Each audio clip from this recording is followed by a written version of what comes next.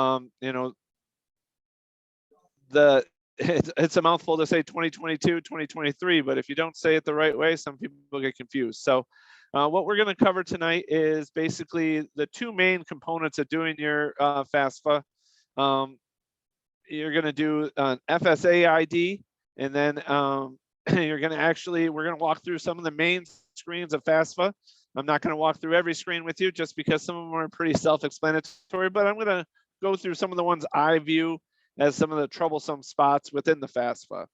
So what I want to first talk about is what the main screen on studentaid.gov, our federal student aid website from the Department of Education. This is really a hub screen, that I'm sharing here, that you can really get to anything you need to do within financial aid that you use federal aid for. On this site, you can go in as a parent, as a student. You can look at things as a post student, repayment, consolidation, those things. This is also where you can go to apply for aid, do your FAFSA, do your FSA setup. So it's just a good site to have when you're going through your studies, just to review things. So just wanted to share this site. It is a great site to have a little bit of knowledge on. So one of the first things that I always suggest to students prior to starting their FAFSA is getting their federal student aid or their FSA ID done. The federal student aid FSA ID is your electronic signature that is used for a multitude of things during the duration of your education in higher ed. So you will use this to sign your FAFSA each year. You'll use this to sign loan documents if you use federal loans. If you're going to consolidate post-education, you will use this FSA ID for a long time. So it's a good username and password to write down and keep handy somewhere so that you have it and it's a quick access point to getting on to the website. For this context, both the student and at least one parent who will be on the FAFSA will need to have an FSA ID. So, if you are coming to a FAFSA event or you are getting help with a FAFSA, I suggest that you get the FSA ID done beforehand if you can at home. That way, your event goes quicker and you get the help that you need. Students, if you're doing an FSA ID, you will need an email address. So I do suggest that you make sure to use a non-school related, high school related email address. That's because after school is complete, at a certain amount of time, your school will likely shut that email address down, and then you won't have access to retrieve things within that email. So if you haven't set up a Yahoo, a Hotmail, or a Gmail account yet, this might be the time to do this so that you can get into the FSA ID. Parents, if you work for a government agency, healthcare, anything that really has big firewalls with their technology and with your email, you might not be able to use that work email to access the FSA ID off-site. So make sure you're using a personal email just so that you can have access to that at any time. So if you're not doing this at work, you can access things. To do the FSA ID, you would go to studentaid.gov. It would look like the site that we had earlier, and then it will look like this. So on the left-hand side, we have the create an ID. So it tells you again what you could use this FSA ID for: filling out the FAFSA, signing the master promissory note, applying for repayment plans, completing loan counseling, loan forgiveness, all those things. Realistically, the only few things you'll need is your social security number, your date of birth, your name, and then a mobile phone number and email address. And the mobile phone number and email address are for verification's sake so that you can re-access this later on if you're trying to get back into your FSA ID. So if this is your first time after you hit create account on the main screen under login, you would hit get started. And then the right-hand screen is where you'd start the process. It's a 7-step process. You set up security questions and you do all those things, but you'll start first with your name, middle initial, last name, date of birth, social security number, and then you'll hit continue. And then you'll be able to go through the steps. You do want to verify that phone number and that email address in this sitting. That way, that you can use it tonight. If you don't verify those documents, sometimes it does give you a 1 to 3 day delay before you can use the FSA ID. So make sure you go through the whole process of verifying and setting up your account fully. So after you get the FAFSA, the FSA ID done, you can go in and start completing your FAFSA. Last night, financial aid basics, they went over a lot of the key points. Just want to reiterate what the FAFSA is. It's a free application for federal and state student aid. So it's an application that's free. If you are, completing something that asks you for money at the end, you're on a wrong site. There's sites like FAFSA.com that might charge you money. Try to avoid, you don't want to use those sites. This is a free application, so make sure you stay on the studentaid.gov website or FAFSA website to make sure that you're avoiding being scammed. The FAFSA will collect personal and financial information from both parents and students. It confirms that your general eligibility requirements are done. It calculates an expected family contribution, which is shortened for EFC. A lot of times when you talk to financial aid departments, they'll use the term EFC. So a lot of times students and parents think that this expected family contribution that's calculated from the FAFSA is what the parents have to spend on their students' education. That's not the case. This is just a formula that the federal government has set up to determine what kind of grants, scholarships, loans that you might qualify for at each institution. The EFC is the same at each institution no matter what. So if you're going to West Shore Community College or you're going to U of M, you're going to have the same EFC when you submit a FAFSA. It doesn't change. All the colleges that you send your FAFSA to will receive this this FAFSA information, the EFC, and be able to start setting up financial aid offers for you to help determine what school you might want to go to by that decision day. One of the things I will say is lately, some colleges might not return a financial aid offer to you if you haven't applied to school. So make sure you are, sending it to schools you've applied to because you might not receive a financial aid offer from the other. Obviously we're talking about financial aid right now. The FAFSA is open. It became open on October 1st, 2021. So about a month ago. So you can do the FAFSA, but each year you have to resubmit your FAFSA while you're going to school. So you need to resubmit this. And every year on October 1st, this will be available again for you. So if you're a junior or you're going to be a sophomore in college and the year 2023, 2024, October 1st, 2022, you'll have to start this all over again. For the 2023 application, you will be using your 2020 tax information. So hopefully 99% of us have our tax information done for 2020. The key element to that is that sometimes your tax information from 2020 isn't really demonstrating what your financial picture looks like now in 2021 or when you're going to school in 2022. If for any reason that you feel that your tax information for 2020 doesn't paint the right picture, make sure to reach out to that financial aid office and see about a special circumstance professional judgment where they can do a reevaluation based on current income information. But for most situations, you will be using that 2020 tax information. And so make sure you have that available. Both the W-2s and tax form would be probably a good thing to have to get that done. You want to try to make sure you have this FAFSA done by March 1st for all state of Michigan aid. So make sure you have that done by that date. Otherwise, you could miss out on some state aid. Additionally, some institutions might have a different due date. So make sure you're checking with the institution you're applying to make sure they don't have different due dates that you need to submit your FAFSA by. The website where you want to be to do your FAFSA is FAFSA, FAFSA.ed.gov. So make sure you get to that website, or you can go to studentaid.gov, the website I showed you earlier. So, the website looks very similar to the one I had on the main screen, but if you go to FAFSA.ed.gov, it does look a little bit different. Your first time logging in, you will want to use the Start Here button. Or if you're returning to your second year or doing a correction to your FAFSA, you can use the returning user. On this main page, they also will have some information. If you are going to go, like it says right now, last night between 1 a.m. and 5 a.m., the IRS data retrieval tool, which we'll discuss in a little bit, wasn't available. So make sure you read the FAFSA announcements to make sure some parts of the FAFSA isn't working during the time you're trying to complete it. But we're going to click Start Here. And then when you hit Start Here, you're able to enter that FSA ID if you're not already logged into the studentaid.gov website. and then you'll be able to come to this welcome to the FAFSA form document or entry page.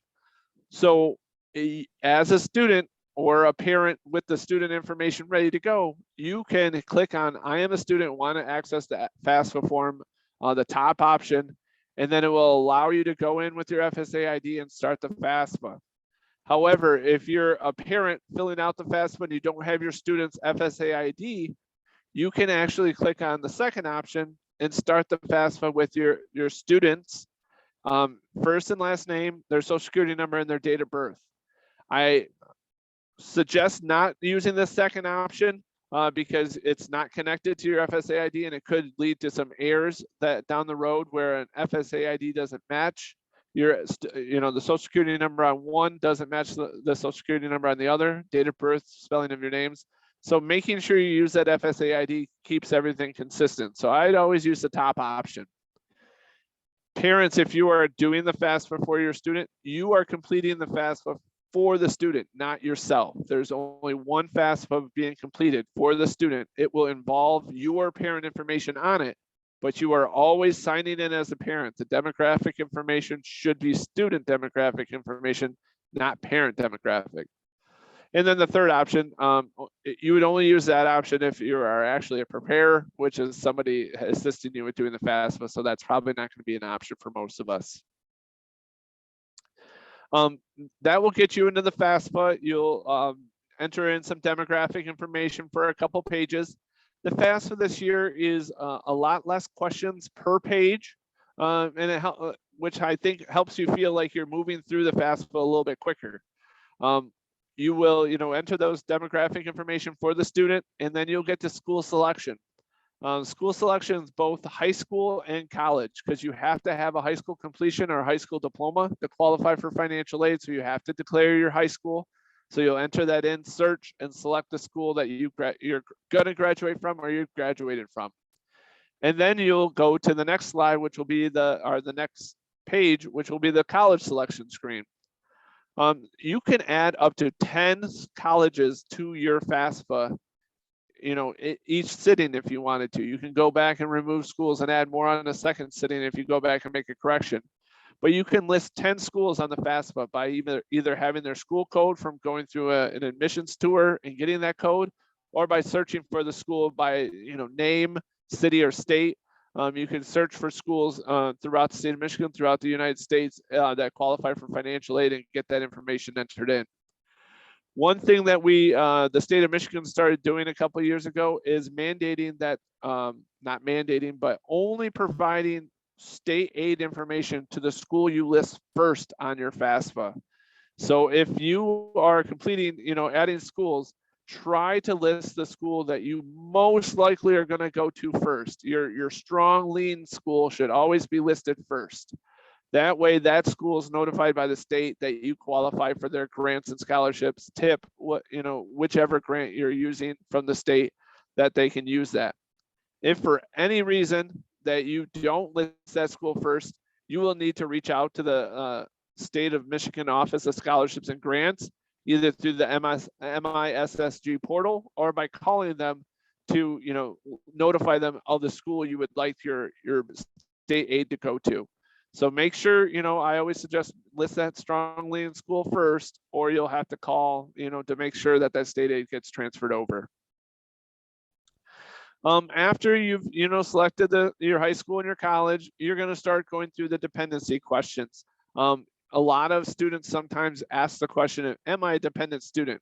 I'm 18 when I graduate. My parents said I have to move out. I live in an apartment. I'm independent. I don't need my parent information. Unfortunately, that's not what the state of Michigan says. You actually have to follow, I have listed here 6 rules, but there's more rules and more situations that could occur. But if you have any of these situations and you answer no, you are still considered a dependent student, even if you don't live with your parent until you're a certain age. This upcoming year for 2023, you have to be born before January 1st, 1999. You would have to be married. You'd have to have a child or a dependent that you support more than 50%.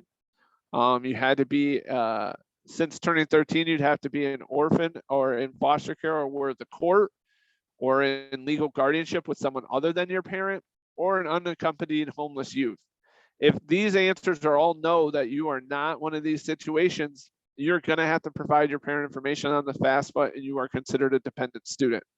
So you will go through these questions, and I have an example of the first one on the next slide, but you'll have to provide your parent information, once you get to that part of the FAFSA. So here's the first dependency status question. I selected the student marital status. You'll have to, this is the student. As you can see on the FAFSA, it always says student or parent up top. As long as it says student, it's asking for the student information. When it starts saying parent, that's when you have to start putting parent information in. But you'll list your marital status, and then it'll continue along with some additional dependency questions. And then it will give you a determination if you are independent or dependent. On that determination page, it will say dependent on it, and then it will ask you if you'd like to continue with your parent information or not continue, or continue without your parent information. If you continue without your parent information, it will at the end tell you have to go back and provide your parent information, or your FAFSA will be incomplete when submitting. So I suggest, either pausing at that time until you're with your parent to complete it, or complete it with your parent, all at once, so that you have that issue done. So on the next slide, it starts to ask whose information should I provide? And this is a good thing that the FAFSA added this year to sort of define a little bit better what parents' information should be on the FAFSA. Previously, it just asked your parents' marital status, but this helps to find out who you should be providing. So, the first example is my parents live together, married or unmarried. My parents are divorced or separated, and I live with one parent more than the other. My parents are divorced or separated, and I live with both parents equally, or I was legally adopted. So you would, drop down the menu, and then there'd be a selection of what kind of situation it is. If your parents are divorced and you live with one parent more than the other, if your parent that you live with more is remarried, you will have to provide your step parents' information on here as well. So you will still have to provide a second parent's information with it. If your parent is married, you just wouldn't be providing your biological parents' information. So it is a little bit more intuitive and helps you out a little bit more, determine what parents should be provided on the FAFSA. I did provide a slide as well, just to, to find out a little bit more what it looks like, because there is a lot of different, marital statuses out there. You might not fall into those 4 categories before. Just know that they do have other, marital statuses out there for you. And then if you have additional information, you can reach out to me and I can try to answer that question for you, or, somebody a part of the Mason County or Oceana County assistance. After determining what parent should be on the FAFSA, you'll do their parent demographic. You'll put in your parents' social security number, last name, first initial, and date of birth for both parents. If you have both that you live with, or both if they're remarried. And then you have to determine what the household size is for the FAFSA. This is a big key information that the FAFSA collects, is how many children or dependents live with the parent that you are providing on your FAFSA. In this section, if you've listed 2 parents and yourself, then you've already selected 3, and then you're going to put the number down of how many other dependent children do your parents have. So, and this will rely on your parents for more than half of their financial support between July 1st, 2022 and June 30th of 2023. If your parents are providing for a brother or sister that's a little bit older, but they're still providing for them more than 50% of their support, they should still be listed on this FAFSA as a dependent, because that is, money that's not going to be available to you to use for school in the sense they're looking at. So make sure that you are listing, out, what, how many people are living with you. And then if your parents have any other dependents that they provide for, foster children, elderly parents that, live with them that they support, you want to list that number as well. And then on the next page, that you will also list out how many of those dependents go to college. That is something that's determined as well. So make sure that you list out everybody that you can think of, If you have a brother or sister thinking about returning to school next year, at the time of doing the FAFSA, they think they're going, you can list them down as going to college, so that's okay to do that. And again, I define a little bit more who needs to be provided in the household. Dependent students, you want to provide yourself, your parents, other children, and then other people that live with. If you do end up being independent, you provide yourself and your spouse if you're married, your children, if you will be providing for more than 50% are dependents. So you wouldn't provide if you're independent, you wouldn't include your parents. That's the only difference. So after we've gone through that household size, then we're going to be able to start linking up our taxes. When you're linking your taxes, there is a really good tool, and this is one of the main reasons why FAFSA uses prior year taxes, is that everybody has their taxes done, and hopefully everybody will be able to use the IRS data retrieval tool. The IRS data retrieval tool is a tool that connects FAFSA to the IRS and will pull the information directly from IRS, all the numbers that you need from your tax form from 2020, and put it right into your FAFSA. So this is a tool that you will want to use no matter what. You don't want to skip over this. And there was a Facebook post today by the Department of Ed reminding students to use this as much as possible. To use the data retrieval tool, you will mark that you've already completed your taxes for 2020, what form you filed, and the form you filed, as long as it's not foreign, will likely qualify you to use this. And then for 2020, it will ask you what your parents or what your individual tax filing status was. As long as your filing status matches what your marital status is, the data retrieval tool should be able to be used. If the marital status does not match the tax filing status, especially for your parents, then the data retrieval tool won't be able to be used, and you'll have to manually enter in the information into the FAFSA. So hopefully everything matches up and you're able to use the data retrieval tool. Once you hit proceed to IRS, there will be 2 or 3 different pages that pop up, making sure you're okay with going out and proceeding to the IRS website. So the left side is like what the page will look like to have that tool available. The left side is sort of one of those first pages saying, yes, I want to proceed to the IRS. When you get out to the IRS website, you will then see a page that fills in your name, your social security number, your date of birth. You have to provide the tax, the address for that is exactly labeled on your taxes, the address that you use on your tax forms. That's the information that you have to provide. If for any reason you used Avenue and spelled it out, you need to spell it out when you're completing the data retrieval form to make it work. If you used AVE, you need to make sure you put AVE. And it is a little finicky. If you don't enter it in right, it will say that it can't link up and it will kick you out to a different website. So make sure you have that tax form in front of you when using that data retrieval tool to hopefully get that to work correctly.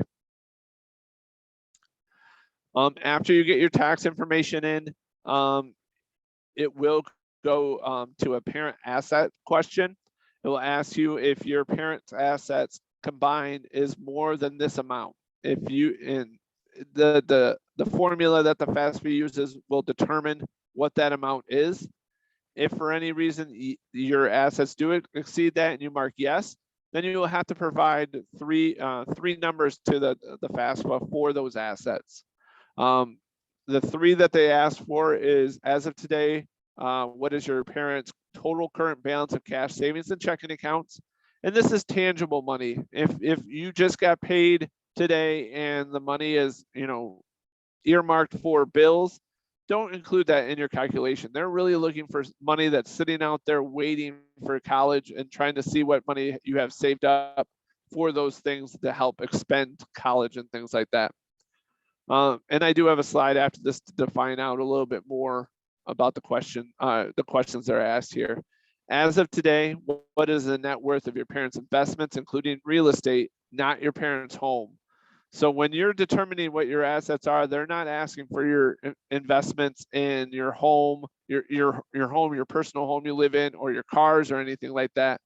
They're not asking about your 401k or your retirement accounts. They're asking for investments that are investments you can touch, that you can use to help pay.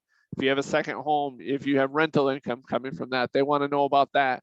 They want to know if you have stocks that pay dividends or stocks that you can cash out to help pay.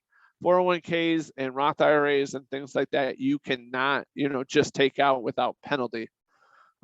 If you do have a 529 plan, you do need to include that in your investments because that's money earmarked for education that needs to be calculated in. And then the third one is, as of today, what is the net worth of your parents' current businesses or investment farms? If you do not have more than 100 employees, then this number is going to be 0. So you have to have more than 100 employees to have a number for this. As with every question that you're doing with this FAFSA, and I should have pointed this out earlier, there is a question mark after the question where you are supposed to type in the answer or put in an answer. If you hover over that question mark or you click on the question mark, a pop-up screen will come up to explain the question more, give you more details. And then for this parent asset, it does have a lot more information about it as well. So if you don't have this presentation available or you don't have your notes, that you can go back and click on that question mark and have that information. I mean, here's sort of the further definitions that I was talking about. We talked about one. The second one, as of today, what is your net worth of your parents? Like I said, I guess this is more of just a reiteration in a little bigger format so you can read it better, but not as much definition as I thought I put. Sorry. But yeah, you just want to make sure you're including that stuff that's tangible for the first question, and then that information that's more the investments that isn't, that isn't your retirement or your house. A lot of people don't have the third option, but if you do have one of those, then you do have to determine that value of your investment farm or business. Michael, this is really helpful, these two screens in particular, because I know that I've had students who say they had a grandparent who passed away, and that would have been 2 years ago, and they come to campus and they're like, well, we got property that we inherited, but we don't have that, it didn't make any money for us or whatever. But that would be an example of a time where a student might want to then ask for special consideration or professional judgment, right? Correct. Yeah, and in some situations too, parents have job loss. Especially in the pandemic where their company is shut down, or they've had to leave a job, where like your retirement might be in a rollover. You might have a cash out of a pension or a 401k from an employer, and it will show on your taxes, and that will show on your FAFSA. But as long as you've rolled that over 100% into a new company, if you've gotten a new job, that is something that with the reevaluation financial aid office can, take out of your FAFSA as well. So if that's a situation that's happened, especially with your 2020 taxes, then that's something you want to bring up as well. But yeah, it's a good point that if there's, situations where you have to include the account, but it's really not, beneficial to you, make sure you reach out and ask. The worst thing that happens is they say, no, that doesn't count, and you can't get it taken away. But if, the federal government has given a lot of leeway with the pandemic, for reevaluation purposes, to look at things a little bit more closely and grant, reevaluation. So it's a good thing to ask about. Thank you. Realistically, that's sort of the end of the parent section, and then the student section, it goes to the parent demographic, parent taxes, parent assets, and then it would go to the student section, and it looks identical to the parent section. So I don't typically include that, especially with our 18-year-old, 17-year-old students not having as much in the way of income. There's not a lot of, odds and ends that are different. It's pretty straightforward usually. You are able, if a student has worked when they're, in 2020 and have taxes or have income, you want to definitely list that or use the data retrieval tool. But a lot of times they don't have assets and they don't need to list anything, or they, should list zeros for those assets. So that would bring you to the signature page at the end. I didn't mention that, if you as a parent have not set up your FSA ID up and you get to that data retrieval section, you need to have that FSA ID done at that time to use the data retrieval. So you will be able to, within FAFSA, click create account and go out and set that FSA ID up then. So you can use that. Or if you don't qualify for the IRS data retrieval, you can do it at the end here in the signature page, because you need to have that electronic signature. You don't need it, you want it, because it's the quickest way to get your FAFSA submitted and reviewed. You can also, sign up for the FSA ID here at the end, but you do have to, go back through and verify your signature, add that to the FAFSA that you want it to sign and submit your FAFSA. And both the parent and student need to do that. If for some reason, a parent doesn't qualify for an FSA ID or can't get it set up, there is a signature page that you can print out. If you click on the provide signature button, it will give you several options. It'll say add FSA ID or print a signature page. If you print the signature page, you can mail that into the Department of Education and the address should be listed, or you can mail that into your financial aid office for the school you're planning to go to. That is a situation if for some reason your parents don't have a social security number, or there's been identity theft, where that situation might have to be used, where you have to use that signature page. Does take your FAFSA about an additional 2 to 3 weeks to get a result, a confirmation of what your EFC is, which is the number that the FAFSA computes, so that you can see what you qualify for, and it will take that long for the schools to receive it as well. So try to your best effort to use the FSA ID so that schools can get that quicker. I'm perfectly fine handing out my email address and my work phone number for you. Anybody with questions while doing the FAFSA, they can reach out to me and I'll answer them as best as possible.